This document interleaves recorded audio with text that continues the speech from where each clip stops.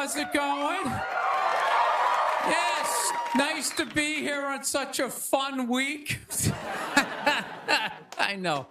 I don't want to hear it. I don't watch politics. So, we're going to keep it light.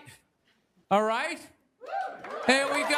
All right. Well, I just got over the flu, which is fantastic. You know what I mean? Had it last month. Whenever you have the flu, or like COVID, you know, you always lay in bed and you try to figure out who gave it to you. You know, just going through this Rolodex of people that coughed on you, sniffled near you, walked by an Asian or something. You try to fight it. They say on the internet, that's where all the disease comes from. I know who gave it to me. I sat next to a shoeless cowboy on an airplane. Guy had no socks or shoes on the whole flight. The whole flight, I'm sitting there looking at his dirty Jesus feet. And all I'm thinking is the next pandemic is growing in the bottom of his feet. And all I'm going to be is the next, patient number 2, whatever the next disease is, So I'll tell you what kills me is I looked at the guy and all I'm thinking is, you know what? God made that guy. And he keeps making that guy. Like one mouth-breathing moron after another. Yet we still go to church on Sunday, and what do? We praise him. When is the constructive criticism coming? Dude, when's the last time you made a Gandhi? Somebody empathetic, So, my problem is I didn't get the flu shot, I'm old school. I kind of still do the vaccine thing, I know some people like it, some people don't, I don't know. It's a weird thing, though. If you get it, what do? You side with the evil pharmaceutical companies. If you don't, then you're aligned with people who don't wear shoes on an airplane. All right, let's get to what you all want to talk about. All right, ladies, you're 0-2 against this guy. 0-2. All right, but you learn more from your losses than your wins. So, let's get into the game tape. All right, ladies, enough with the pantsuit. Okay, it's not working. Stop trying to have respect for yourselves. You don't win the office. On policy, You gotta whore it up a little. I'm not saying go full Hooters, but find the happy medium between Applebee's and your dad didn't stick around. All right? You all know how to get a free drink. Okay? And I know a lot of ugly women, feminists, don't want to hear this message. But just tease him a little bit. Make a farmer feel like he's got a shot. Swing a state over a little bit. I'll be honest with you, I am so psyched that this stupid election is finally over. It took forever. Yeah. Everybody knew who they were voting for 4 years ago. And then they just drag you through a year and a half of this stuff. Who was sitting there watching the debate, still not decided? Two of the most polar opposite people ever. It's all right, let's see. What does the orange bigot have to say? How about the real estate agent that speaks through her nose? Oh, there's a point. This is so difficult. It's they overlap. I just can't make up my mind. I'll be honest with you. I can't believe Trump didn't win this thing 4 months ago. I know that's weird for younger people to hear, but when I was a kid, if you were running for president and you got shot and you didn't die, that was the end of the election. There was nothing you could say, right? Everybody would just be like, this guy's the man. He is the king. I don't know. I'll be honest with you. I think the number one reason Trump survived is all those herky-jerky movements that he does. You just can't nail the guy down. I gotta be honest, the guy is a lunatic. I mean, he literally got shot and immediately jumped back up and started yelling in the direction the bullets were coming from, unarmed. That's not a sane human being. I would have been on the ground crying in the fetal position, like, all right, give me the truck. I don't want this job anymore. Just tell her she won. Tell her she won. But Trump's got all those weird, coming out. I think the guy couldn't get like a bead on him, And like right as he pulled the trigger, like Trump was just like, and Sleepy Joe, and the bullet went by his head.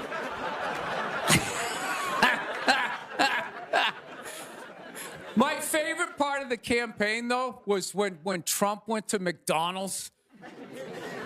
Wasn't that amazing? That's the only time I've ever seen that guy truly happy.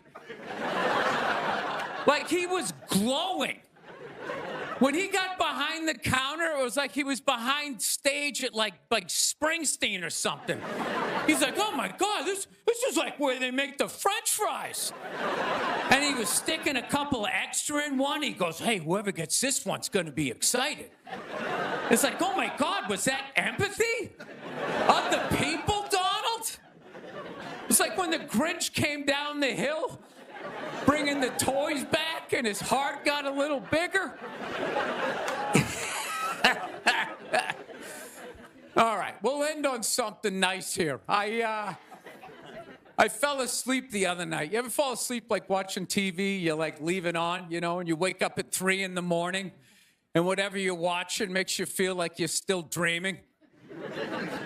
Yeah, I woke up at 3 a.m. I swear to God, Shaquille O'Neal was selling me printer ink. Standing there 7 feet tall. Hi, I'm Shaquille O'Neal. Are you paying too much money for your printer ink? Every day, people come up to me and they say, I'm paying too much money for my printer. He's holding a printer. It's like the size of a cell phone. People come up to me. I'm paying too much money. And I'm like, well, I have the solution. Dude, is there no end to that guy's credibility? I thought when he was selling Buicks, that was the end of it. It's laying in that little car, the mid-sized Buick Century. This is the most comfortable car I have ever been in. He's got one foot out one window, the other foot out the other. If I was regular size, this is the car I would buy. It blows my mind. Doesn't he even have like $1 billion at this point? It's like, why are you still working? Take a weekend off, you 9-foot whore. Give somebody else a chance. All right, that's it. We got a great show. Stick around. McGee will be here. We'll see you in a minute. Thank you. People in the stands. I mean, that's just like what's entertainment for me now, I like that Jimmy the Greek moment that happens in sports, Like once every 4 or 5 years, that? Like some 50, 55-year-old white dude tries to explain why black people are kicking the shit out of white people in practically every major sport, And it always goes down the same way, right? There's always like 3 white dudes, and the one white dude in the middle, he's always like the guy with like the theory.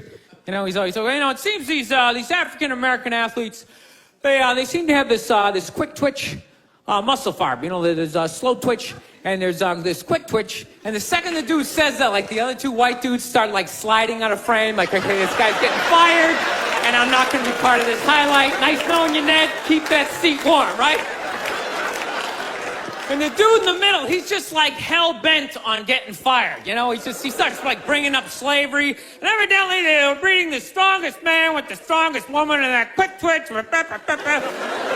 And literally 20 minutes later, that dude's on TV. He's like fired, right? He's crying. His family's standing there. He's got like a box of shit from his desk with like an Emmy sticking out. He's like, I don't know what I said. I was just talking about the quick twitch and the slow twitch. And I wasn't just trying to make a point. No, I love that. I love seeing people mess up their careers like that. It's just funny to me. Plus, I gotta admit, as a white dude, on some level, I have to believe in that theory, because it's like, are white dudes that bad at basketball? I can't even watch the NBA anymore, man. It's like every highlight, the white dude's like that, the black dude has like his nuts in his face. Fucking, I'm just sitting at home like, for the love of God, tackle the guy. Jesus Christ, get out of the way. Do you ever get tired of those two nuts flying over your head? You know you're going to be on SportsCenter. Just get out of the way. Dude, I'm telling you, there's got to be something to that theory. I saw this show one time on runaway slaves. It was one of the most amazing programs I've ever seen in my life. Dude, when you ran away as a slave, you just didn't run to the end of the driveway and be like, fuck that job. Just start walking down the street. Dude, you had to like run through whole states.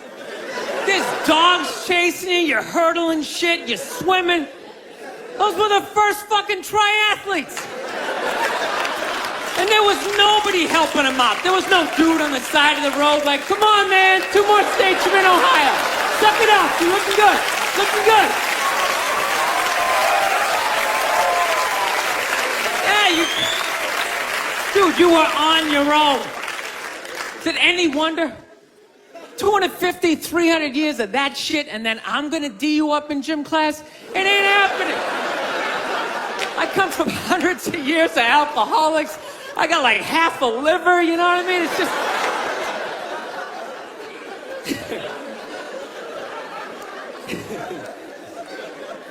You know what's funny to me about that stuff? You can't even like, you know, I obviously know that theory's crazy, but it's just like, you can't even bring up how well black people are doing in sports. Everybody gets all weird about it, which I don't understand because it's like a compliment, you know? Like, feel how weird it is right now. You know, I just brought that shit up. I'm saying something good, right? I saw a coach get in trouble for that shit. Like, his team was like 0-6 or something. They just couldn't win, and every week the press was just getting on him more and more and more, right? And the dude, he was just like flustered, and he had like a moment of honesty. They were like, why can't you guys win a game? He's like, oh, you know, I don't know, the offense isn't getting it done, you know, defense, you know, too slow, and it just run out. Tell me, we gotta get some more black guys in this team, because I'm telling you, it's just not. And immediately, everybody's like, what? Everyone started freaking out like they had no idea what this dude was talking about. It's like, are you watching SportsCenter? Or do you see the Olympics? Like, I love the 100-meter dash, right? There's always like 9 black dudes and that one token white guy in like lane 8. And I'm just sitting there going, come on, man, one time. Just one time, just win the bronze, just do what you gotta do. And the white dude always stays with him till like the first turn, then he like fucking blows out his hammy. Those other 8 black dudes are like... Where's that white dude the next Olympics? He's like up in the broadcast booth, his career's over. He's like a commentator. Yeah, it's gonna be a great race. Still can't feel my fucking toes, but I'm telling you. No, I don't get it. It's like a compliment. We're saying you're fast. That's a good thing, right? People start all freaking out. Oh, you're acting like that's all we can do. You're saying we can't be scientists. No, we're not. All we're saying is if there was a race to the microscopes, you fuckers would win. We're just saying that you're fast. You get there first. Your lab coat would be flapping in the wind. I'd get there like 3 minutes later, all cramped up. Are you looking at bacteria? No, you go first. You just go first. Jesus Christ. That was a Volvo. The guy ran by a Volvo in street shoes. I've never seen that before in my life. No, I get into those arguments all the time. All the time. Friends of mine will be like, well, how come anytime a black athlete does something, they say it's an athletic move? Anytime a white athlete does it, they say it's an intelligent move. And it's like, well, fair enough, man. It just depends on what you're doing. You know what I mean? It's like, you know, if you read a defense, white or black, that's an intelligent move, right? But if you take off from the foul line, jump over 9 other dudes and throw the shit down, those other 9 guys aren't standing there like, fuck, why didn't I think of that shit? Here I am dribbling around, guys. That's some superhero shit. She had like a cape flapping in the wind with a big S on your chest.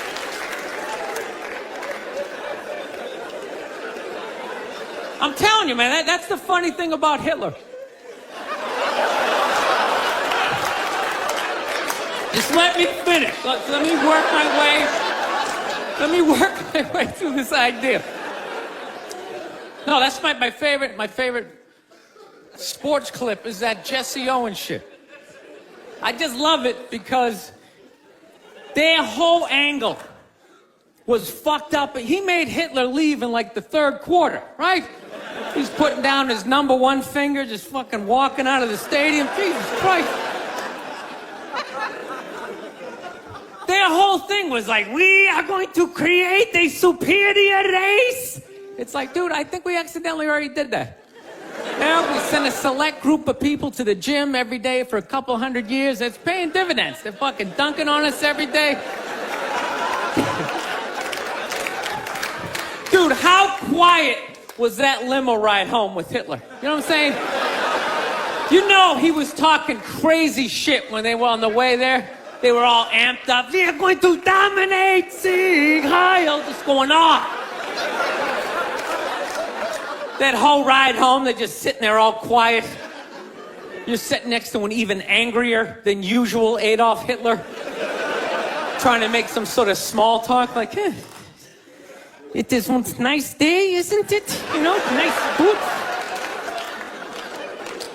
You know why so many Caucasians need facelifts? Because we don't know about lotion. See that? Only half of you laughed. That should have been everybody.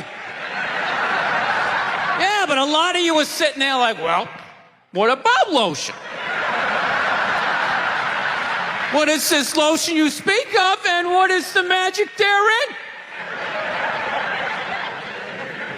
I'm not judging you. Not judging anybody.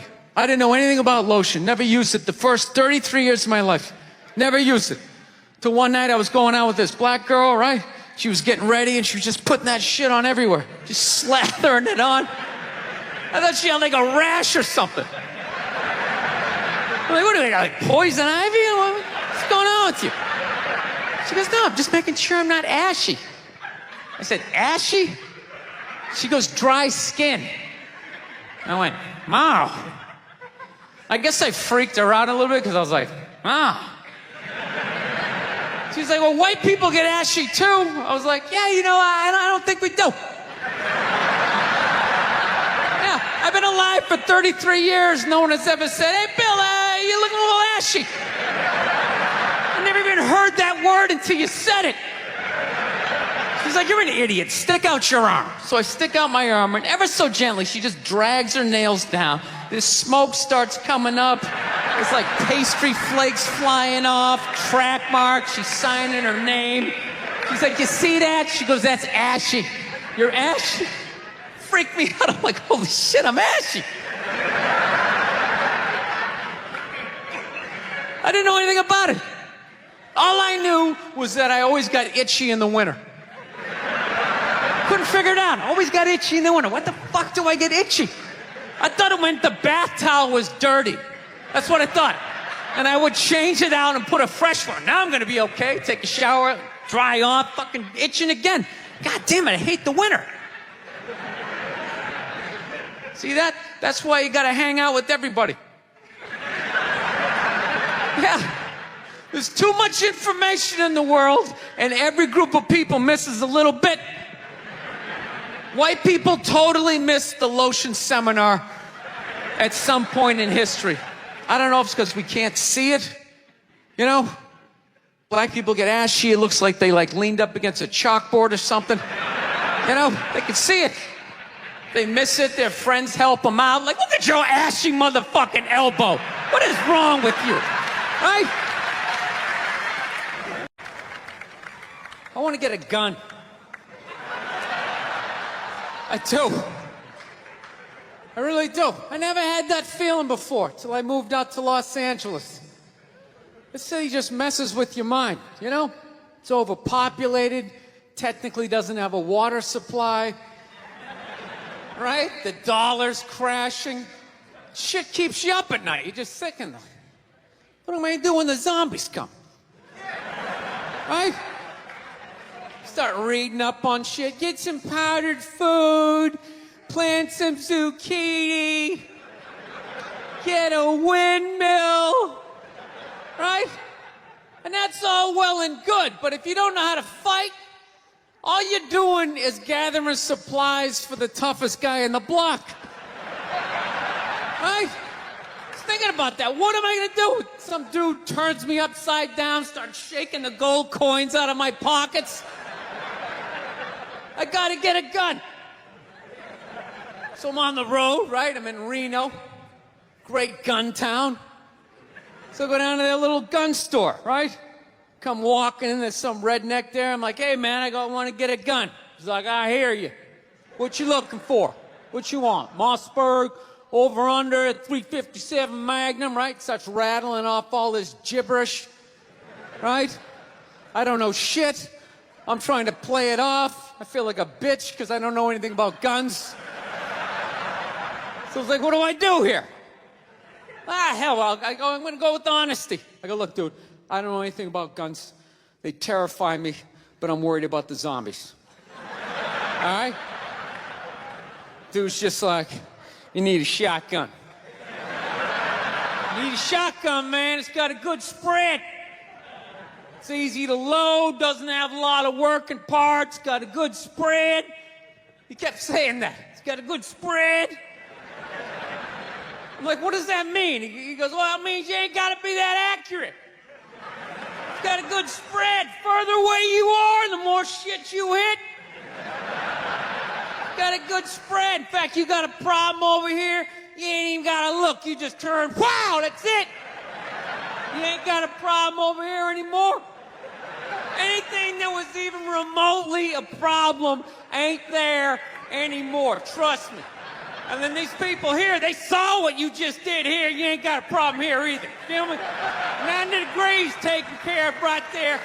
One shot. These people get smart, flip it over. Wow! That's it. It's got a good spread. So I'm like laughing my ass off. I'm like, dude, look, I just want to shoot the guy. I don't have to do a bunch of drywall work, you know? Reframe my diploma, get my parakeet another friend, you know? I just want to shoot the guy. So I'm like, you know, how about one of these pistols? So he does like that classic, like that redneck trailing off thing, like, you want a pistol? Go ahead, get a pistol. What do I know? I've just been here 20 years. Get a shiny one, right? So I was like, dude, what's wrong with getting a pistol? He goes, I'll tell you what, buddy. Because life ain't a movie. You feel me? I'm like, no. Can you please stop speaking in these backwoods riddles? Can you just say what you're saying? I told you I don't know shit about guns. Come on, do me a solid here. He goes, well, look, you ever watch a movie? Guy go, blah, blah, blah. He kills 3 people. Real life, man, you miss all the fucking time. You miss enough times, man, you're empty. You might as well just be standing there with a big stapler in your hand. Then what you gonna do? I was like, well, fuck it, let's get the shotgun. So he's all ready to box the thing up, and then I'm like, wait a minute. I live with my girl, I can't just show up with a shotgun, right? That's not some shit you can just come home with. If I found this stool on the side of the road, I can come home with this. Look at it. We can refinish it. We can carve our initials in it. We can have a good time, right? They just show up with a shotgun. Hey, I got it for us, right? One barrel for you, one for me? No. So she kiboshes the whole thing. Till the other night, somebody broke into our car sitting in the driveway. Starts fucking with her head, right? So she starts reading up on guns, you know? She's reading too much, because now she wants to get one, but she's just like, well, I heard you got to keep the bullets in the safe, keep the stock in the garage. And then what? Then what? I run around the house and assemble it? There's some dude's chasing me with an axe? You know? Are you even thinking this thing through, sweetheart? Running around. Where's the scope? It's in the living room. He's in the living room.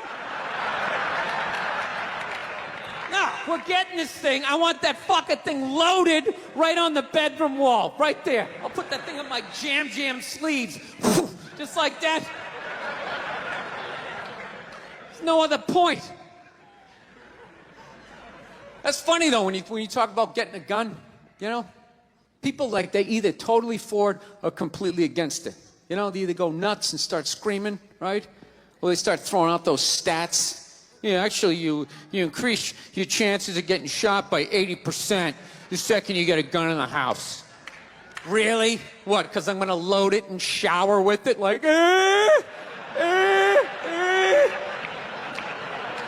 The fuck? I know it's dangerous. You get a pool in your backyard, you immediately increase your odds of drowning in your backyard, right? You couldn't do that before, now you step on a rake, in you go. No, I'm telling you, I don't buy in any of that shit.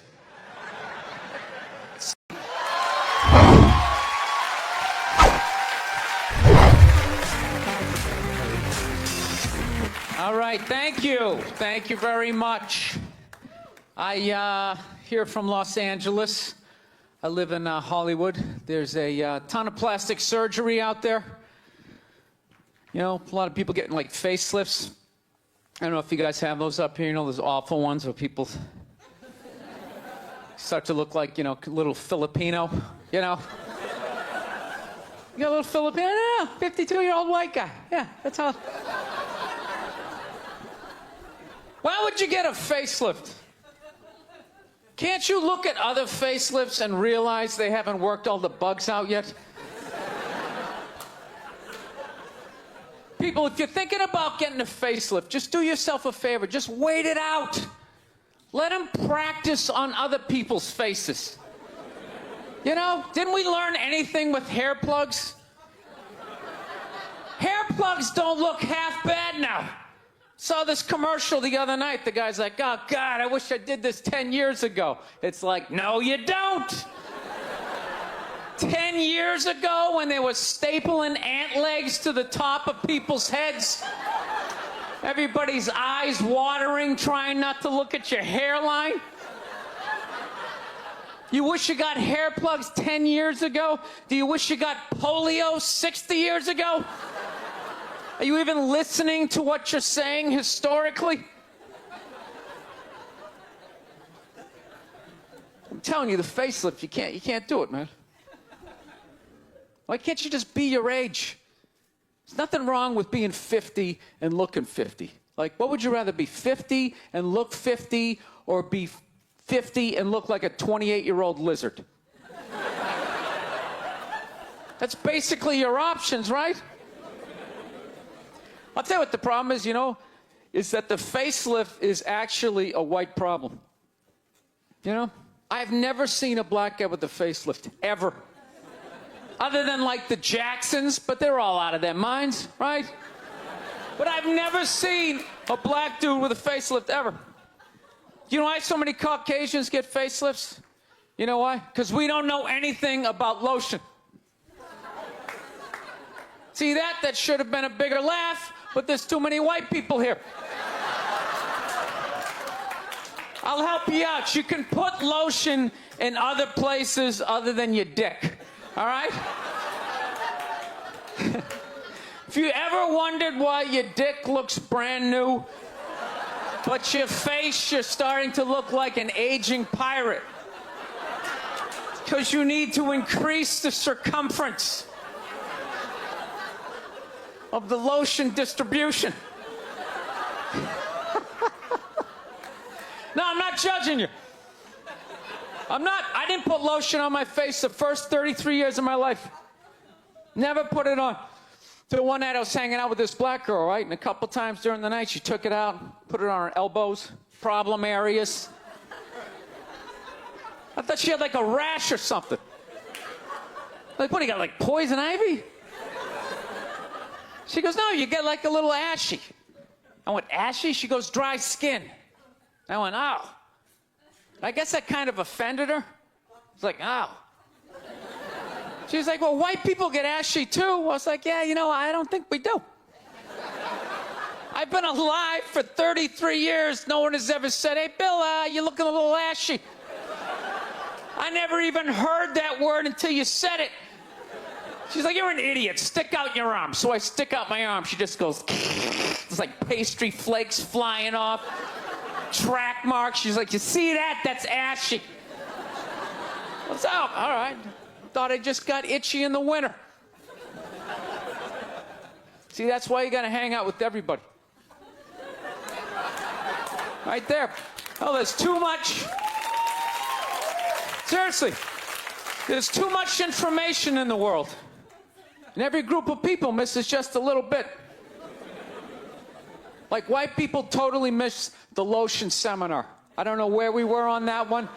We missed that shit the way black people missed the whole register your weapons summit, right? Just never got, really? You're gonna groan that? I'm the only guy who's seen 17 rappers get busted for that shit? Every time I see it, it just blows my mind. It's like, what, do you just wanna make an album over the phone? Why would you do that? Is that like the new auto-tune? No, it breaks my heart. Every time I see it, I just think, God, if he just had one white friend. One white friend in his entourage. The dude would have been standing there all dried out, itching like, dude, is that thing registered? Dude, you serious? That's like 3 to 5 mandatory. Get that the fuck out of there. So, thank you.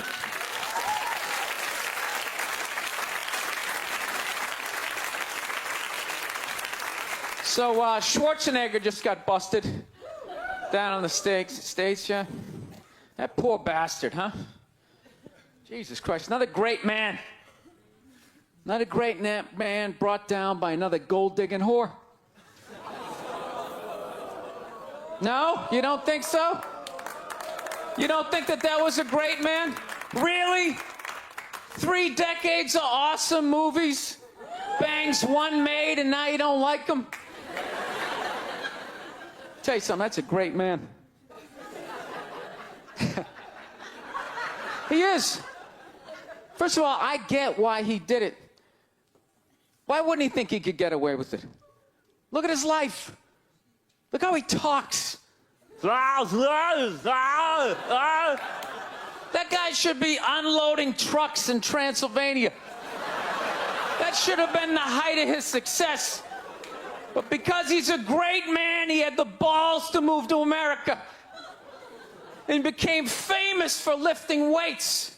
I lift weights, no one gives a shit.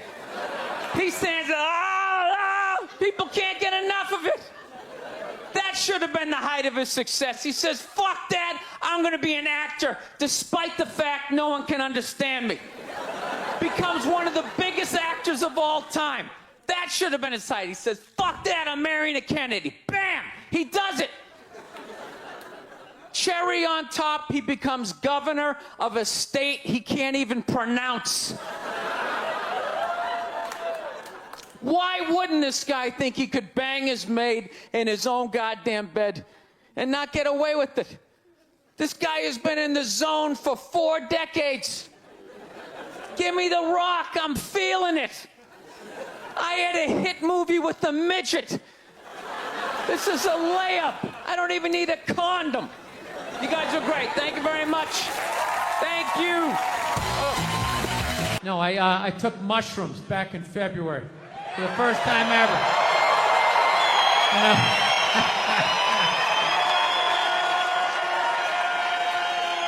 This is the perfect state to tell this story. You guys should literally you should have mushrooms on your fucking license plate. All right, so here's the deal. I never fucked with anything like that. I was always a booze guy. I was a booze guy, you know. I like, all right, relax, everybody. I always get nervous when I get white guys going like, yeah, all right, woo, build the wall. Okay, I'm fucking around. Relax. It's frightening to listen to, but that's what being a guy is. You're not allowed to have emotions. So that's all of that shit comes out when you drink. Do something dumb so I don't feel stupid.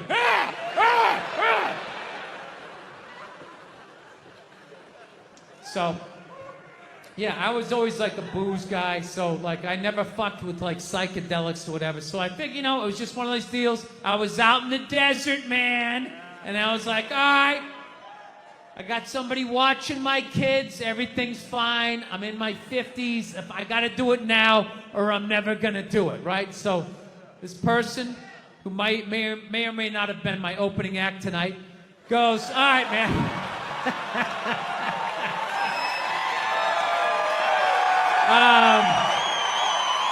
He's a good man. He's a good man. He says to me, he goes, all right. He goes, okay, just take like, it's always just like, all right.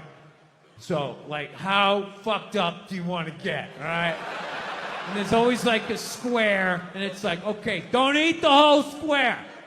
Just like bite one corner, lick the other one, and then rub the other one and let it absorb in your face or whatever. So I'm like, all right. He goes, how far into it do you want to go? I go, I just want to trip a little bit, nothing fucking crazy. So he goes, fine. So I eat just a little bit. So I get a little nauseous or whatever. At first it feels like I ate some weed, but then all of a sudden, like I notice shit that's not alive looks like it's breathing, right? Like the refrigerator looked like it just did a lap around the house. It's kind of... Nothing threatening, It's just like, it needed it, TV started getting bigger. It's looking like it's gonna fall on me. All right? And I was doing fine. I was fine. I was like, I know that TV's not getting bigger. And if it is, I don't give a shit. Go ahead. Spill that pixelation all over me. I don't give a fuck. I know I'm tripping. I'm having fun. I'm giggling. I'm laughing at shit. I'm putting things together, right? And everything is fucking great. And all of a sudden, about an hour in, all of a sudden, this profound sense of loneliness and not feeling loved just washed over me. Look, if you're being a dick, apologize. But other than that, yeah, go fuck yourself. Yeah. Everybody getting in trouble. Like a bunch of children. I was doing a gig in Dallas, and some waitress wrote on a piece of chalkboard. She goes, we like our beer the way we like our violence. Domestic. All right? Yeah, I gotta tell you something. That's a great fucking joke. There is zero fat on that. You need every word of that joke. You take one word out, it doesn't work. It's a perfect joke. So whatever, nobody gives a shit. One person comes in, they don't like it. They ask the manager to take it down. He's just like, hey, that's our sense of humor here. Have a beer, go fuck yourself. That's what we're doing. So she takes a picture of it, she puts it up on Facebook, and all of a sudden people start complaining, and they fired the manager and the waitress because of that. Yeah. Like, I don't understand. Like, what do they think's gonna happen if somebody reads that joke? Like, you're some guy who would never hit a woman, Would never hit a woman. You can't hit women. You can't. You honestly cannot. You ever see how they fall? They fall like toddlers, It's like they never fell in their life. They never put their hands out. It's horrific to watch. You can't hit them, right? So what are you telling me? You're telling me someone who never hit a woman is gonna come walking in, read that joke, just be like, wait a minute.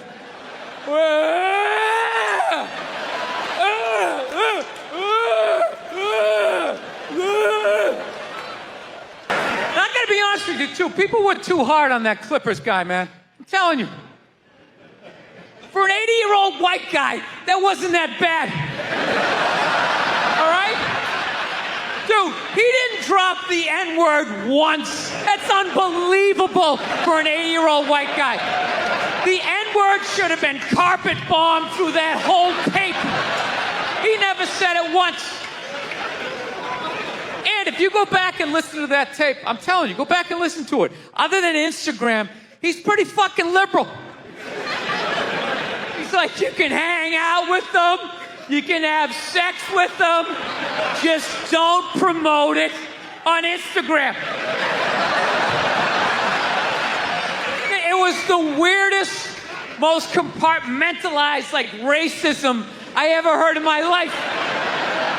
Something about Instagram, I didn't get it. Other than that, he was wide open.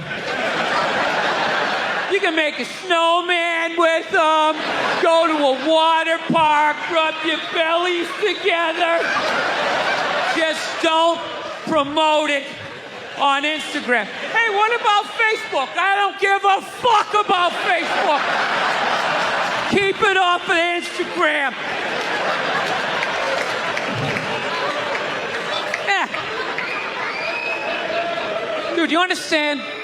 The guy's 80 years old. Do the math. This dude was born in 1934. That's 13 years before Jackie Robinson broke the color barrier. First 12 and a half years of this guy's life, he watched all-white baseball, and it was fine. First 12 and a half years. Up next, Whitey Willoughby. There's a line shot out to Peter Peckerwood. What a catch! Unbelievable into Chris Cracker. What a great day. What a great day for a ball game. White baseball, white players. Dude, his parents were part of the generation that finished off the genocide of the Native Americans. All right? That's who taught him his ABCs. Telling you, you can live too long. You can live too long. I'm telling you, you wear out your welcome.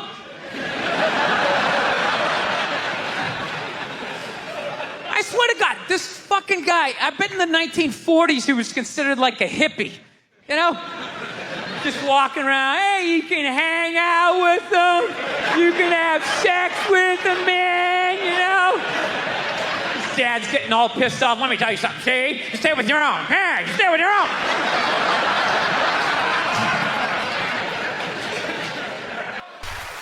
Been in a bad mood all day, man. Got in a fight with this girl the other day. You ever meet somebody like within like the first couple of minutes of them meeting you, they feel like they can like sum you up? Just like, you know what your problem is? You know, you just have like the urge just to take their head and just mush it into whatever they're eating, you know? You ever have crazy thoughts like that? Can you relate on any level? You never have like urges? You ever drive down the street and see like 30 people up on the sidewalk and you just think, right? You don't do it, you just think it. That's what separates the psychos from the functioning psychos. Yeah, psychos, they just do it. All right, that's a good idea. They get the wipers going, they make a day out of it, right? But a rational person, you like think it through. You start going, man, if I just leave my hand right here, nobody knows who I am. I move it 2 degrees over here. I'm on the cover of Newsweek. I'm instantly famous. Right here, no one knows me. Like, hey, Bill, you want to go to the cookout? Maybe you could bring that potato salad you brought last year. It was such a big hit. One of the most horrific scenes we've seen in years. Bodies just strewn about. You know, Amy's gonna be there. She's still asking for you. You should ask her out. No indication he even tried to stop. Seriously, you're getting older. Put your hands on the dashboard. Put them on the dashboard. You have those? All right.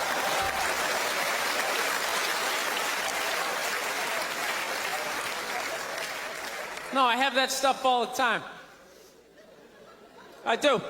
My girl took me to a street fair recently, right? You guys have street fairs out here? You know, they close off the block. There's like shawarma. There's like stuff made out of buttons, right? People with no teeth are making keychains, right? It's a typical girlfriend idea. It sucks, and it's gonna take all Saturday, right? She's all excited. She's like swinging my arm. Oh my God, this is gonna be great. I'm like praying for lightning, maybe some like scaffolding to fall down on me, you know? No, we show up, right? The first thing she sees is this big table and nothing but homemade jewelry, right? Homemade jewelry. It's got twigs, macaroni in it. It's a table of crap. It's crap. The whole thing is crap. But she loves it. She's like, oh my God, look at these earrings. Do you like these? Do you think these are nice? I just want to be like, no. If they were nice, they'd be in a store. All right? There'd be a roof, some sort of structure would be built around this. This is crap. This is just a table of crap. The guy's even wearing shoes. That's a good indication that this is crap. But I didn't want to ruin a day, so I'm like, yeah, go ahead, check it out. I'm gonna go get some air. Even though we're outside, I think there's more air to be had, right? So I walk like 3-4 tables away, and I come up to this lady. She got this big table of nothing but muffins. Muffins, right? It's like 85 degrees out. She's selling muffins, and she's got this big stupid, look at the muffins I made, look on her face. And the second I saw that part of my brain was just like, dude, what would happen if you just walked up and just said, hey, lady, these your muffins? Oh, yeah? And I just started going, blam, blam, blam, blam, blam, blam, blam. Like, how many of these muffins could I mush before anybody did anything? I mean, realistically, I think I could have got the whole table. Because even if you saw me doing that, it would take at least 5 to 6 seconds to process. Like, did they say he could do that? Is it like a game? Do you eat the muffin off your fist? That just seems like a waste of pastry. You know, there's no security at a street fair. There's no bouncer staying there. He's mushing the muffins. Okay, I'm on it. Sir, we're going to have to ask you to leave. And he just choked me out. So I just started thinking of the horrified look on this lady's face as I started slamming these muffins. And out of nowhere, I just started laughing like a maniac. Oh yeah, I'm like slumped over this fried dough cart. I'm dying. My girl looks at me. She's like, what the hell are you laughing at? And like an idiot, I actually tried to explain this screwed up thought to her. I swear to God, I'm just sitting there like, I was just thinking, what if I started punching the muffins? You know what I mean? I just started punching them. She's just looking at me like, why do I go out with you? Dude, but I swear to God, if I never broke eye contact the second I started hitting those muffins, that lady, she wouldn't even been able to call for help. I would have been in her head. She'd be like, did I go to high school with this guy? Why would you do that? Muffins are a happy food. I don't understand this. No, I gotta learn to let stuff go. I do, I got issues. I do. My neighbor got her dog fixed. Got this dog neutered, brand new dog, puppy. Got the thing neutered, and I'm like, what the hell did you do that for? She's like, well, you know, if I didn't do that, he was gonna hook up with another dog, then they're gonna make more dogs, and what are we gonna do with all these dogs? It's like, why don't you just let them go? They're animals, they'll be fine. I think that's what every city needs, just a nice pack of wild dogs just running down the street. It'd help with the obesity problem. Just chase people to the cars after they eat some big meal, you know? Just a nice pack of Rottweilers. Life can pass you by. It happens. You know, you just keep living and living and living. You know what it is? I think you got like 25, 30 years to absorb as much as you can. And then that's it. That's all you know. Because right around then, you get married. And it's over. Right? You have a couple of kids. You're sucked in the bubble. You don't have time to pay attention to what's going on in the world. You're just stuck with these kids. It's shitting all over the place. Don't be a serial killer. Don't touch that. You're just stuck in that. You have 3, 4 kids. That is a 25-year sentence. trying to get them all through college. And society just keeps fucking going. You get the last one through college, you step back out of the bubble, just... You don't know what happened. You're not even paying attention. You go back to your old record collection. Right?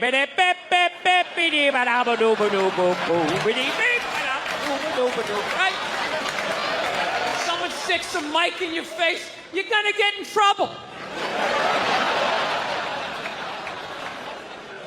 Yeah. It's one of the sad things about life. You get old and it passes you by. I feel it passing me by. I'm 46 years old. I don't even have kids, but I can't keep up anymore.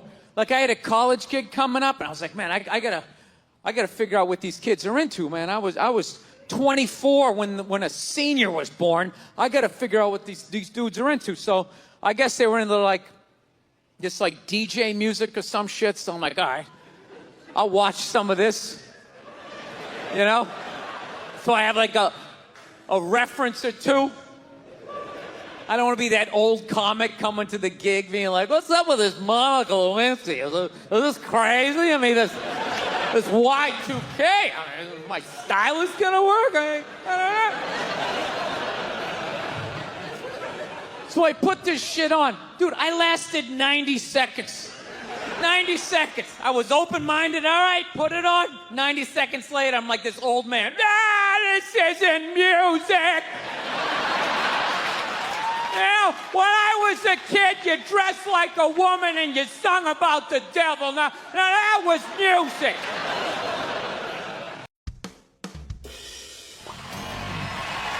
All right, thank you. Thank you very much. How are you? Please be seated. Good evening. Thank you. Welcome. Welcome to this lovely theater here in downtown Montreal. It's unbelievable. Can't understand you. Female voice does not travel well. I don't know what it is. Up close or in a whisper can make your dick hard, but beyond 10 feet, it just sounds like a couple of birds fighting over a French fry or something, you know?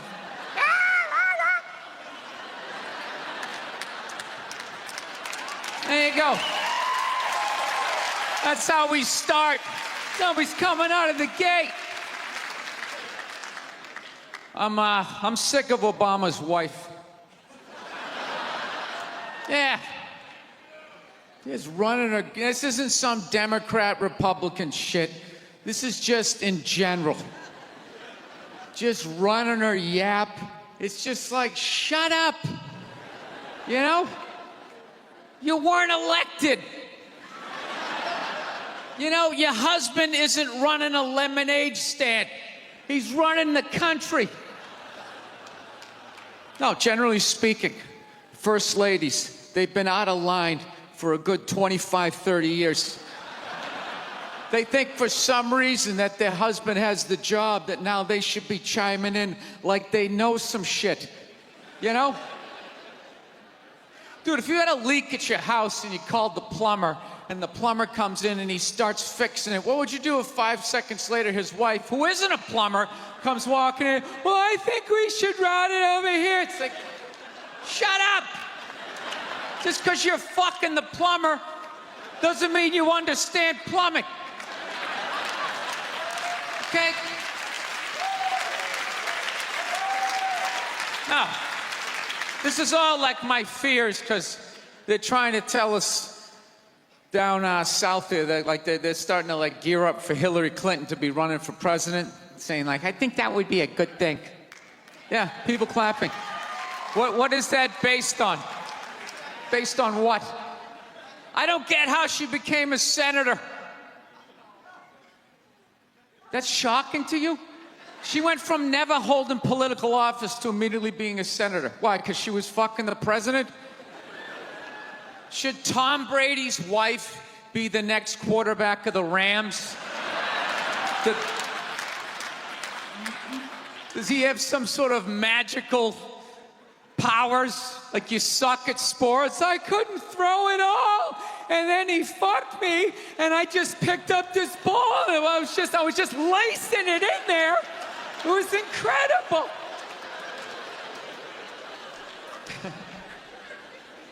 Dude, it all started with Nancy Reagan. That's where it first went off the rails, you know? She came out with her little bird body, you know, just her big head. Just came walking out, say no to drugs, and people off your heroin, say no to that. She just walked back. Hillary had her stupid health care plan.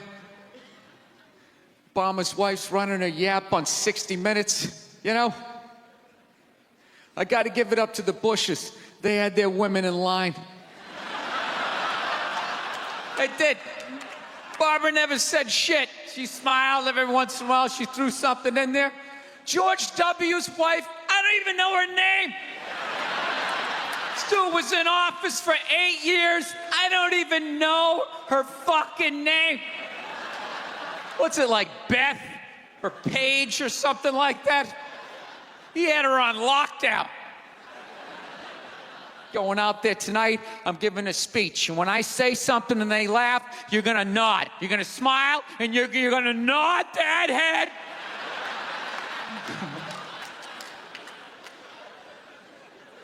Is this how it's gonna be? Really? Do you think like me saying this is somehow gonna affect? She's still gonna win. Listen, let me ask you this question. Do you think that a woman being president is gonna affect anything? Do you? Oh, do you? What are they gonna do? What are they gonna do? What the fuck is she gonna do?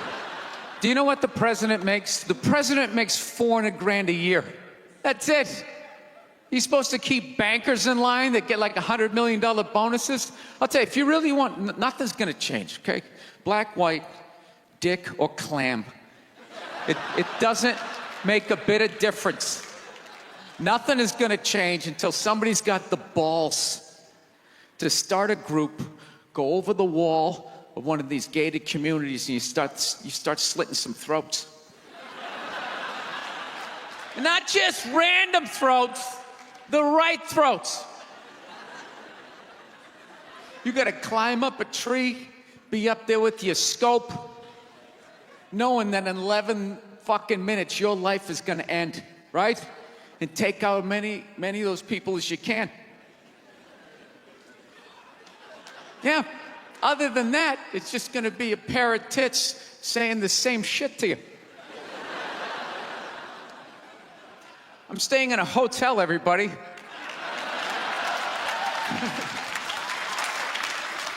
I like staying in hotels. They make me feel comfortable.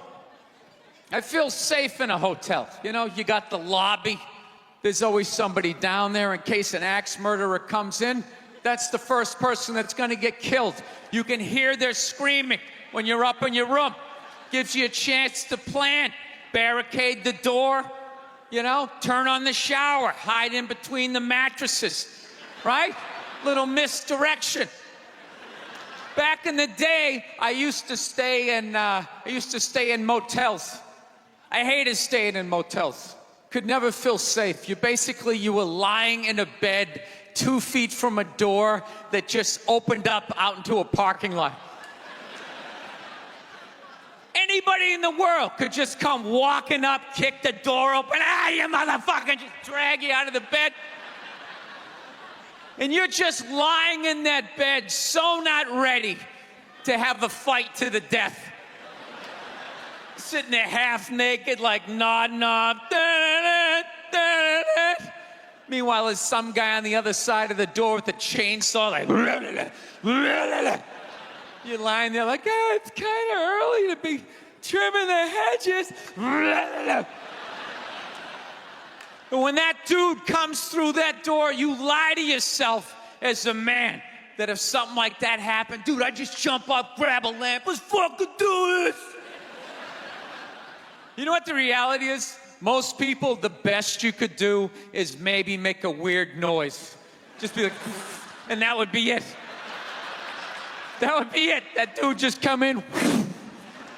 The last thing you'd see is just ceiling carpet, ceiling carpet, ceiling carpet, ceiling carpet, ceiling carpet. Looking upside down back at your own body, right? I will say this. What I do enjoy about this theater is nobody has told me it's haunted. Anytime you go into a theater, they always give you the history. It was built 1948. It was a tribute to Rocket Richard. Everybody chipped in, blah, blah, blah, blah, blah, blah.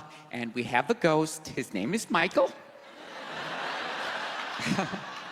I immediately lose all respect for anybody over the age of 8 that still believes in ghosts.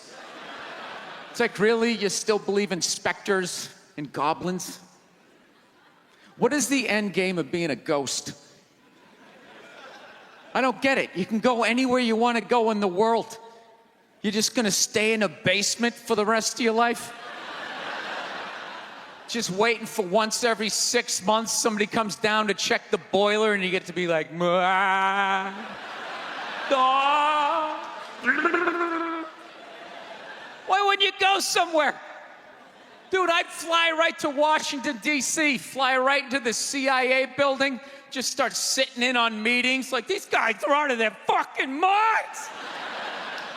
Fly to the Super Bowl, go right into the huddle. I always wondered what they talked about.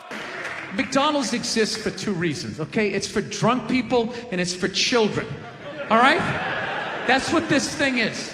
You know, you're in your car, your kids won't shut the hell up, you go to the drive-thru. You go to the drive-thru, you get a couple of poison burgers, you throw it down their throats. Their little systems can't handle it. They start nodding off. And you're up front, you're bigger, you can handle a bigger dose of poison, you know what I mean? Pop in your Def Leppard cassette, you have a little moment for yourself. Yeah, that's what it's for. It's for your kids, and it's for drunk people. Like, how many times have you driven out to a bar going, "I'm just gonna have one," all of a sudden you had like 11, right? And you're hammered, and you're thinking, but you're responsible. You're drunk, but you're responsible. You're like, "God damn it, I drove my car here tonight. God damn it, I'm driving it home, all right? I'm not gonna burden this place of business by taking up a parking space in this completely empty parking lot for the next 6 hours." I am not advocating drinking and driving, but I will tell you, there's nothing better than when all your friends and family know you're hammered. There's nothing better than that walk to the car. It's incredible. Women are screaming, people tearing at your clothes. You feel like you're in the Beatles. "Oh my God, no! Stop!" And you're like, "No autographs! I'm sorry, I have to go! I'll be back! Get him off me!"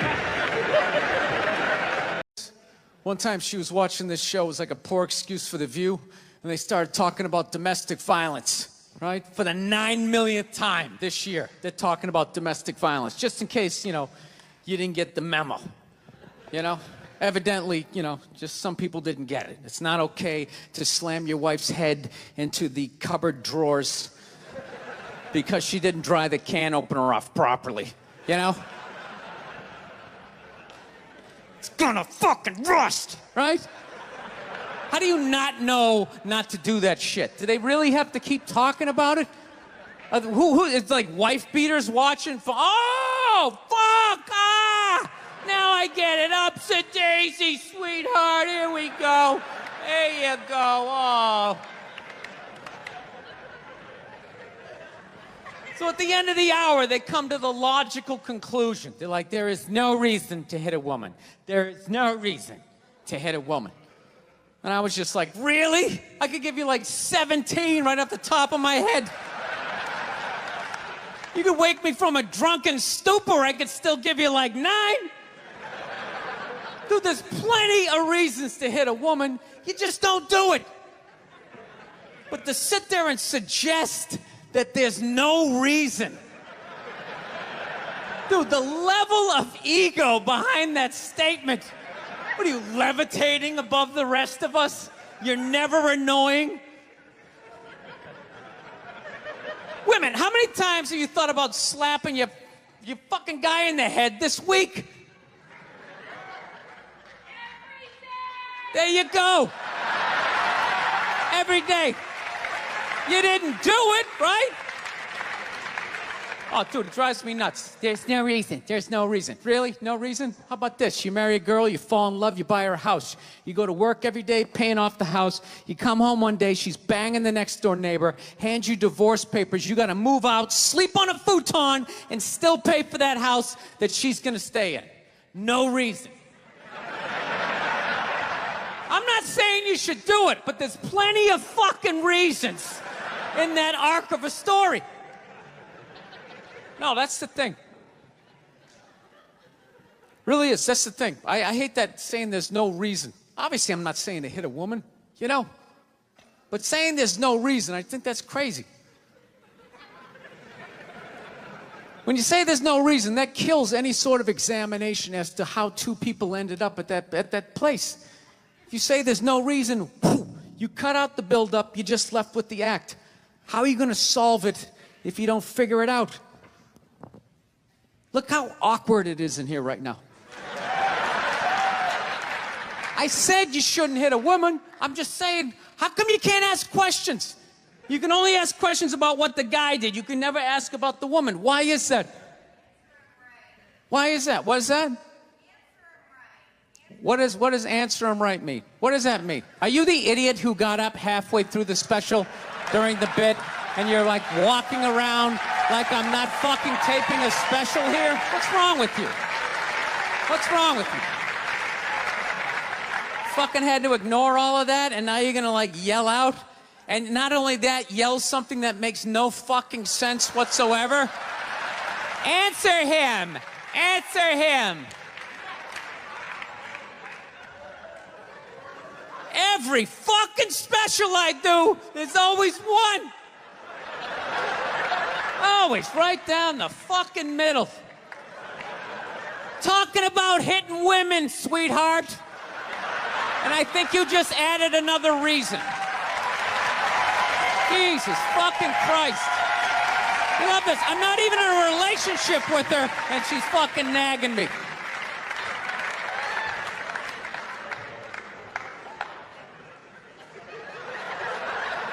Fucking unbelievable.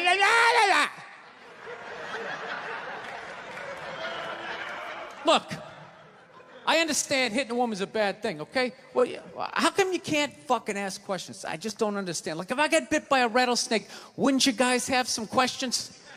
Right? How did it happen? Did you not see it? Were you fucking with it? How did this snake get so mad it almost killed you? Firemen put out a fire, they don't just drive away afterwards, they sift through the debris. How did it start? Here's an oily rag, right?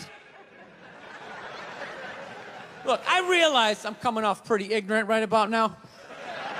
I realize that. Let me extend an olive branch then, okay? I realize that there's some animal guys out there, okay? Horrible guys, you know, have a rough day at the factory, come home, tuna casserole, and just start swinging, all right?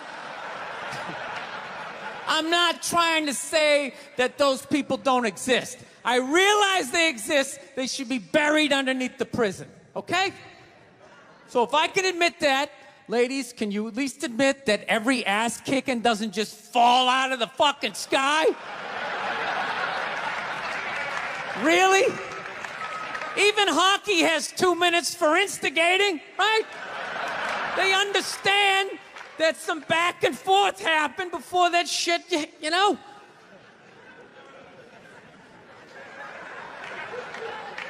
You know what it is? It's every case is handled like that Rihanna one, where they just say, the guy's a piece of shit, fuck this guy, blah, blah, blah, send him to jail, and then they never ask anything about that. You know, I'm not saying he should have done it, but I'm just saying. I'm just saying, dude, in your heart of hearts, what do you think was going down before that happened? You think she was just sitting there going, oh my God, Baskin Robbins, you want to get some ice cream? And he fucking,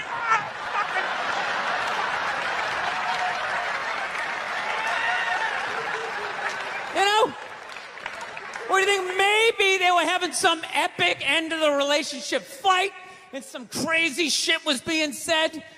Maybe she was screaming in his ears some crazy female shit like, go fuck all your friends, I don't give a fuck.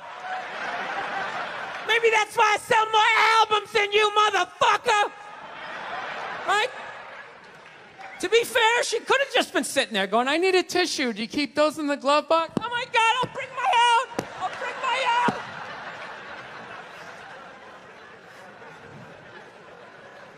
Now, fuck that, because you know what it is? They never address how women argue, which I think is a core of a lot of that shit. You know? And I got to tell you something, man. Like, I never knew how women argued. But after 20 years of losing every significant battle in a relationship, I finally figured out how they argued. I'm going to tell you something. I'm starting to turn this franchise around. I have begun a winning tradition. This is how they argue, as far as I can tell. All right? If they're right, they argue the point. And they stay on point and make sure you stay on point until you're down on your knees, apologizing, begging for forgiveness. All right? No problem with that. Totally respect it. But here's the thing. If they're wrong, they go rogue. They go off-road. They start thinking of shit you're sensitive about. Maybe you don't get along with your dad. And in their head, they just start concocting this evil statement. Totally designed, this desperate Hail Mary attempt to make you so fucking mad, you just call them a cunt. That's what it is. And cunt trumps all the bullshit they did to start the argument. Now it's not about that. Well, that's no reason to call me a cunt. And then that's it. You're in this room now, right? And they won't hook up with you for a couple of days. Who cares? Who cares? You rub one out. Rub one out like a man. It's the champagne of victory. Think about the kinds of people that take a cruise. These aren't forward thinkers. These aren't seekers. They're not pivotal to our survival. You ever hear somebody coming back from a cruise? It's one of the worst stories you're ever gonna hear. Because they don't do shit. They don't want to travel to another country, interact with the new culture, try to figure out the train system or the money. All they want to do is just sit on a fucking boat. Just drinking, that's all they want to do. All right? Worst story you'll ever hear. Hey, how was your cruise? Oh, it was great. I was fucking laying there. There was a DJ over here on the 1 and the 2 wooka wooka thing, right? And then they had this chocolate fountain. It was like a fountain, but it was chocolate. And you stuck the toothpick in the food, and you stuck it in the chocolate, and you stuck it in your mouth. And then you'd be like, I want another drink. And they bring it all, you drink it, it dribbles down, and it gathers in your navel, and you punch yourself. You get in your mouth. And every day around noon, we'd line up for lunch. What's for lunch? We don't know. We don't make decisions. Whatever they give us. I live this fucking isolated life, man. I go on the road. I'm in green rooms, and I just fucking, you know, I'm just by myself all the time. You slowly go fucking crazy. I did a gig recently. I was in Ireland, and I was in the green room by myself, and I went to turn on the light. It was one of those pull switches, and it wound up around itself, looked like a little noose, and I immediately just thought, what if I just stuck my head in there and just turn the lights out, literally and figuratively. Was not thinking about killing myself at all the second I thought, hey, what if I just fucking did that? And then I looked in the mirror, I caught my eye, and we both laughed.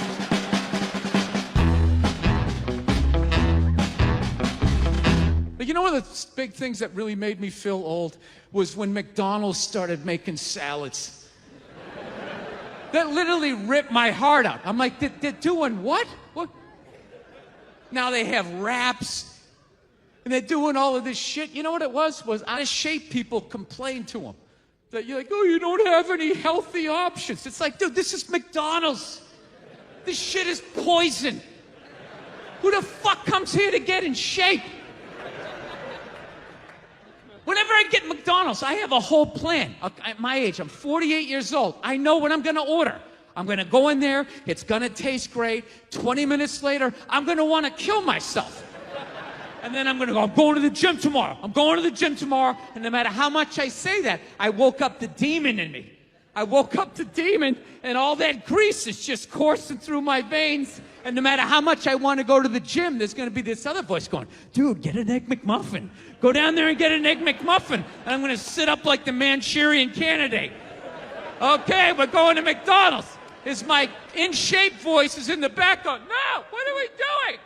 Go to the gym. And I'm just going to drive right down, right? I know what it is. But somehow, out-of-shape people somehow made them, they're the fucking blame. They had to have more healthy shit because they're the reason why everybody's fat. How come they have to do it? What about Ben and Jerry's? How come they don't have to put a little kale in their ice cream? Why is that? We realized that, I don't know, we always fight about the television. So I'm like, well, what about documentaries? Why don't we just tape something we both like? We both love documentaries. They're fun, right? You watch them, you learn something, you repeat it at a party, people think you read.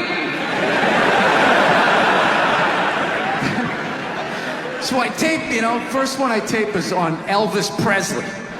So I sit down and I'm watching this documentary as a white dude, which is what I am. I'm looking out my white head, watching this white shit. It's coming back into my white eyes, getting whiter by the fucking second. Right? Now my wife, on the other hand, she's black, right? So she starts watching this shit as a black person, right? And she's seeing all the racism, obviously, that I'm seeing, but she was catching all this subtle shit that I was too white to see, but I knew I was missing it, because I just kept hearing her huffing and puffing, just sitting next to me being like, and I'm just sitting there like, okay, somebody did something. I don't know what just happened, but I don't think that was good. So right when I didn't think it could get any worse, it could get any more uncomfortable between the two of us, this fucking white dude comes on who evidently discovered Elvis. And he's like 190 years old, and he comes out, starts talking. He's just like, well, basically, I was looking for a white boy that could take the down and dirty, nasty blues and combine it with the pristine, angelic sounds of bluegrass. Yeah, that's what he was doing. He was subtly putting black shit down here while he was propping up the white shit. You know, the down and dirty, daddy not sticking around, drug-infested neighborhood blues with the Jesus as white as me, hair the color of the sun, angelic bluegrass playing music, right? So at this point, my wife has like fucking steam coming out of her ears. So I make a judgment call. I just fucking shut it off, right? And she looks at me, she's like, why did you shut that off? Why did you shut it off? I was like, because you're about 3 minutes away from yelling at me like I produced this music. South, man, I had a real weird experience last time I came down here. I was in Nashville, right? Sort of an awkward social situation, right? I'm sitting at this bar, there's this white dude sitting like 2 stools away. I don't know him, he doesn't know me. And that Terrell Owens story was in like sports news, so I try to make conversation. I'm like, man, look at this guy. This guy just signed a $40 million contract. He's already bitching, man. How much money do you need to make? And the dude looks at me, he's like, you know what I say? And then he looked over his shoulder, which I now know is the telltale sign that the N-word is coming, and it's coming hard. Oh yeah, it's not gonna be pronounced with the A, it's gonna be with the R, and he hit the R, he like stuck the landing. It was like a dismount, Klan members high-fiving in the background, like doing the wave. Just out of nowhere, so now immediately I'm looking over my shoulder like, dude, what the hell are you doing? You know what I mean? I'm waiting for like this hail of black fists to come raining down on top of me. I hate when people do stuff like that. That dude made me part of like a potential ass kicking that I had nothing to do with. You don't do shit like that. He just had that word, hot potato, just threw it in my lap. Trying to pass it down to the next white dude. I hate when people do that, man. You know, it's like, dude, feel me out first. Ask some questions. Do you like to fish? Have you ever fucked your sister, right? I start rattling off answers, then you go old school. You give me a pamphlet, you tell me about your militia. Don't just dive into it. That dude was one of the angriest people I ever met. I should have known that word was coming, because he was just watching Terrell, right? And anytime I would bring up, look at man, that guy's talking trash, he would just like flip out. He won't shut up! You know, those people get like so mad they're not even looking at you. Their eyes are up. You just shut up and play the game! You know what's funny? I don't even like Terrell, but now I love the guy. Because every time I see him talking trash, I know this idiot in Nashville is just losing his mind, like kicking over his kitchen TV. Shut the fuck up!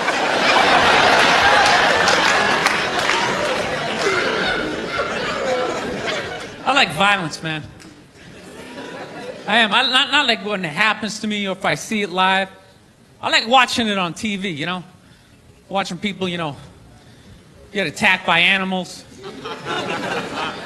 Just get blasted in the face or something, you know? Like, I'm a huge sports fan. You know my favorite, like, moment of, like, the last year was in sports? That Detroit Piston, Indiana Pacer, bench clearing brawl. Wasn't that great? That was one of the greatest things I've ever seen. I was so confused when I watched ESPN that day. They were like, that was absolutely disgraceful. Basketball fans, they just must be... I'm sitting there looking like, I'm a basketball fan. I loved it. I thoroughly enjoyed watching out-of-shape civilians get the shit kicked out of them by professional athletes. It was fascinating. And I think as sports fans, we kind of had it coming, right? Because how many times you gone to a game, right? You got a little too drunk, you started screaming at some dude on the field who could clearly kick the shit out of you, right? If you saw him in the parking lot, you'd be like, hey, can you sign my stamp collection? I think you're awesome. You get in the game, you're all drunk, you're like, you suck, buddy! You're a piece of shit! And they're always calling him up, come on up here! No, come on up here! Well, they came up there. They did, and they kicked the shit out of everybody. It was great. It was like a cartoon. You're like beating up whole rows of people at once, like... I loved every second. I love how Ron Artest punched the wrong guy. Wasn't that great? He taught that dude a valuable lesson in life. When shit goes down, you don't just stand there like you're watching a movie like, wow, it's coming right at me. Must be in 3D or something. That was a 5'6" 110-pound white dude had an angry 6'10" black dude running right at him. That had to have been in his top 3 nightmares all time.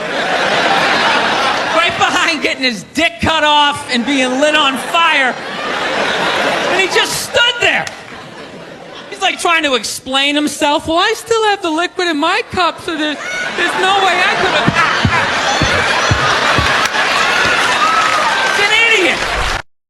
I saw a woman a couple months back, professional soccer player, right? She goes on to ESPN or one of these sports channels, and she starts bitching, going like, I don't understand, how come female athletes don't make as much as male professional athletes, right? And all of these men had to sit there and act like they didn't know what the answer was. They had to sit there like dumbfounded, like, oh, I don't know. Why is that? That is a conundrum. I have no idea. Literally, I'm sitting at home screaming at the TV because you don't sell any fucking tickets! Nobody is going to women's soccer games! You're playing in a 20,000 seat arena. 1,500 people show up. That's not a good night! The promoter lost his fucking ass on that gig. I'm not saying no professional female athletes, Serena Williams, the women in the UFC, you know? But nobody's watching your fucking sport. And then you're gonna come and you're gonna get mad at fucking men. They keep doing that shit. Why are you yelling at us? It's not our fucking job. It's not my fucking job to give a fuck about women's soccer, okay? I have men's sport to pay attention to. It's your bullshit, right? Dude, look at the WNBA. Dude, nobody in the WNBA got COVID. Nobody. They have been playing in front of 300 to 400 people a night for a quarter of a century. Not to mention, it's a male-subsidized league. We gave you a fucking league. None of you showed up. Where are all the feminists? That place should be packed with feminists. Faces painted, wearing jerseys, flashing their titties. Going fucking nuts like the guys do in the upper deck with their big beard titties. Am I on the Jumbotron? Am I doing it? I don't know what it is. I don't know what the fuck is going on. But I think white women started it. It's the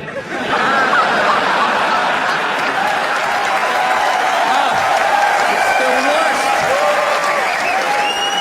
The fucking worst. It's all they do is bitch, moan, and complain. I had no idea how difficult it was to be a white woman in the United States of America. Evidently, it's really difficult.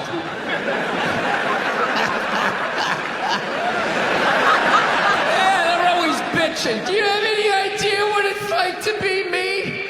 Well, I imagine it would be slightly less awesome than my life.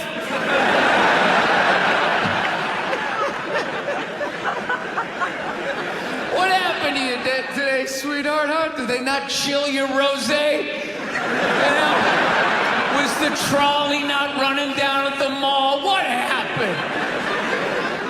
No, it's unreal. I'm really fucking annoyed how white women have the fucking balls to throw my white privilege in my face. You know? Sort of separate themselves from these white males with their white male privilege. It's like, bitch, you're sitting in the jacuzzi with me. The fuck are you talking about? You're fucking whining. You know what? You're full of shit. You are.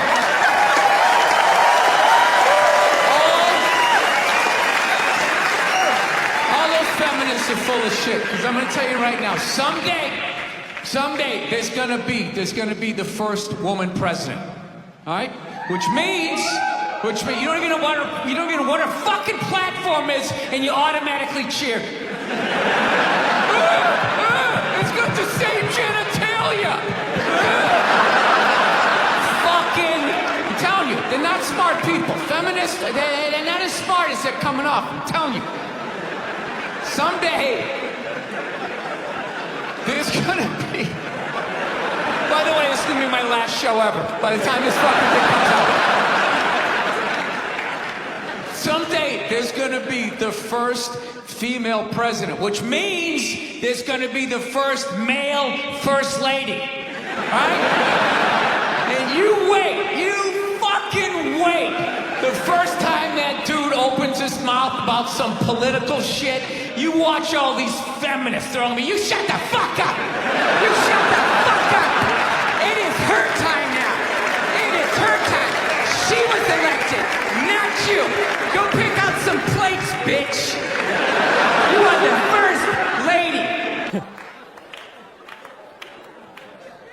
Actually, I got a couple of friends of African persuasion, and I got to get rid of them, man. I got to admit to you. I'm finding I'm spending too much money on clothes hanging out with them. Because I got to, like, fucking try to keep up with their wardrobe. It's like every time they go out, they got all brand new shit on. All brand new shit. So when I show up with my white version of brand new, which is, you know, I basically, I ironed the shit, right? I ironed it, right? It's new. They just start trashing me. I can't keep up with them, man. They got like fucking 58 pairs of sneakers. Ever notice that shit? Like every color fucking Timberland? And I don't give a shit what fucked up color their shirt is. They got a pair of shoes to match it and a hat. It's like a rule or something. They're the worst. Even when you wear some new shit, there's like some sort of rule that you gotta like space out the amount of time within which like that you wear it. Because God forbid you wear the same shirt within a 10-day period, one of them's gonna notice. All of a sudden just look at you funny like, this motherfucker's got the same shit he had on last Tuesday. And then the whole car's like, oh, shit! Then everybody just starts making fun of your fucking clothes. First they do the math, like, what was that, 5 days ago? 5 days? This motherfucker got 5 shirts! He got 5 shirts! And they start breaking it down. Yo, his first shirt be saying Monday, next shirt be saying Tuesday. Yo, on the weekend, he ain't be wearing no shirt.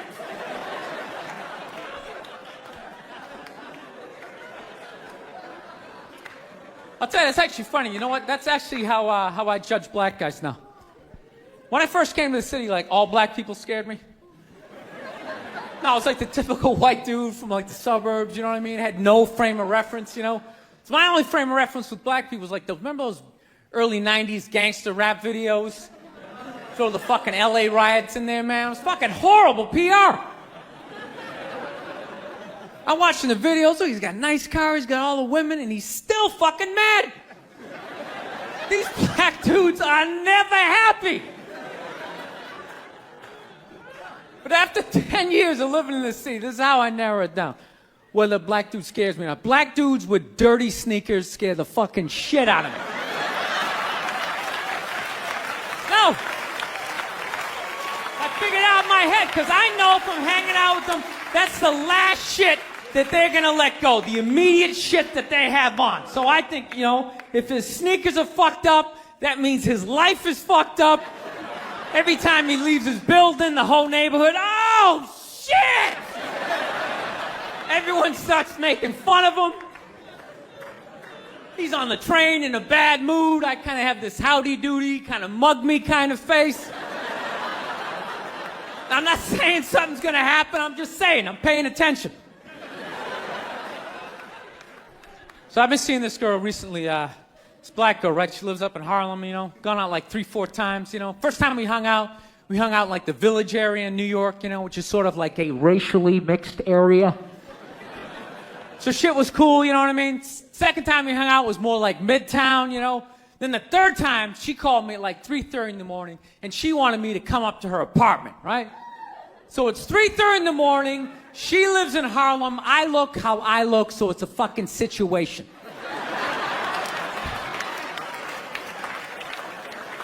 Yeah, because you know the deal, right? Basically, a white dude feels comfortable up to about like 98th, 99th Street, you know what I'm saying? The second the streets start getting into like triple digits, like 100, 101st Street, start getting like a little asthma, like, ah, fuck, we're starting to get a little high up here. You feel that little tightness in your chest? Can you feel that? 106th Street, you're like leaning on shit, like, dude, where'd all the cabs go? How come there's no taxis up here? Dude, what's a bodega? I don't know what that is. Let's get the fuck out of here. So I'm praying to God she's going to tell me to take the subway, get off at like 105th Street, 103rd, you know, which is like the first stop in Harlem where I can still look over my shoulder and see like all the white people like disappearing over the horizon, you know? But she goes, no, man, you want to get on the Uptown 2-3 train, you want to get off at 125th Street. I'm like, God, fuck, 125th Street. Jesus Christ, that's like right in the middle of everything.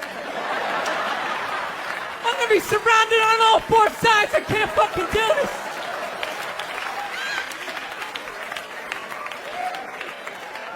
So, at this point, I'm really trying to hide like the bitchy tone that's starting to creep into my voice, you know? And I'm trying to ask for really specific directions for when I get up there, because I want to know exactly where I'm going.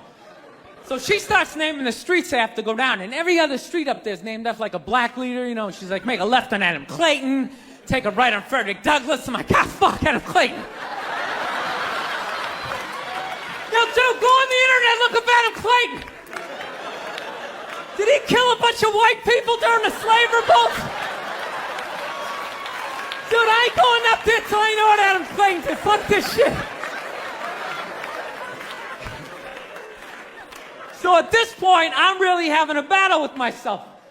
Because I'm thinking I can't do this, right? I'm like, I can't do this, but my dick's going, no, come on, man, we can do this, all right? Just relax. Pull yourself together and get on the goddamn train, right? So as always, I listen to my dick. Oh yeah, I get on the train. By the time I get up there, it's like 5 or 4 in the morning, right? I'm staying on like Malcolm X and like Danny Glover or some shit, right? I don't even know where the hell I'm at. But I see the street I want to go up. I want to go up St. Nick. I can literally see her apartment building. But there's like 5 or 6 black dudes standing right on the corner, right where I want to walk by. So I'm like, fuck! Felt like I was on like some reality show at that point, like some sort of like white guy survivor. It was ridiculous. So I'm thinking I gotta walk right by these guys, right? You know what's funny? I think that they were actually more surprised to see me than I was scared, you know? And I was really, really scared, you know, but I'm also really, really white, you know? Like shockingly Caucasian. You know what I mean? Like if you're not ready for me, I can like surprise you. No, especially if you live up there. You've probably seen a white person for hours, possibly days. So when I show up, it's almost like magical, like a leprechaun came out of nowhere, you know? Felt like I should have like a little pot of gold, like a rainbow behind me. Top of the morning to you, latte. Kind of dance my way past them.